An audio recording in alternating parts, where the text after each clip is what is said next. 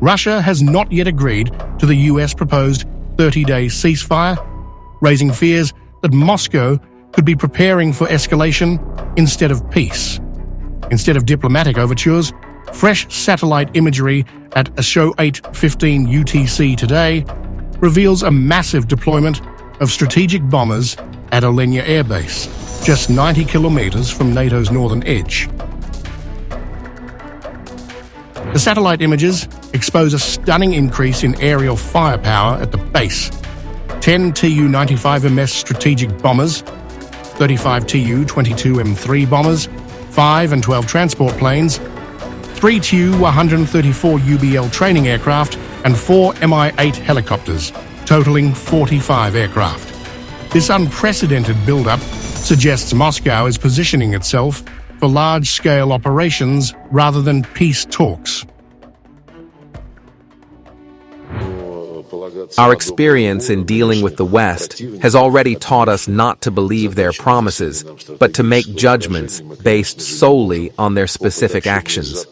And secondly, in my opinion, the last few years have taught us a very good lesson that we should no longer let key sectors of our economy, our finances, our technology sector become dependent on the whims of Western suppliers. Olenya Air Base, historically a Cold War military hub, has now become Russia's northern launch pad for cruise missile strikes. Since 2022, its runways have hosted strategic bombers before major attacks on Ukrainian cities. But this level of military concentration is new and highly alarming. Meanwhile, on the ground, fighting in Russia's Kursk region has intensified. The front, once a buffer zone, has turned into a fully active battlefield as Moscow escalates counteroffensives. Russia's military now claims to have captured 430 Ukrainian troops in Kursk this week alone. Ukraine sees the latest Russian maneuvers as a sign that Moscow is rejecting the ceasefire. Kyiv has urged Washington to take strong measures if Russia refuses to de-escalate. What will happen to Russia if they disagree? What the US will do? Well, some strong steps regarding the Russian party. Some strong steps against the Russian party. I think that we can count on some powerful steps. I have no details to share, but at least not for now, but I think we can speak of sanctions and strengthening of Ukraine.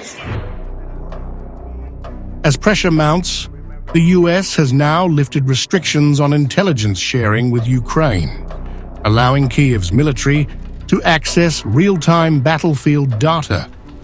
Secretary of State Marco Rubio, who led the Jeddah peace talks, confirmed the intelligence boost as he stopped in Shannon Island today.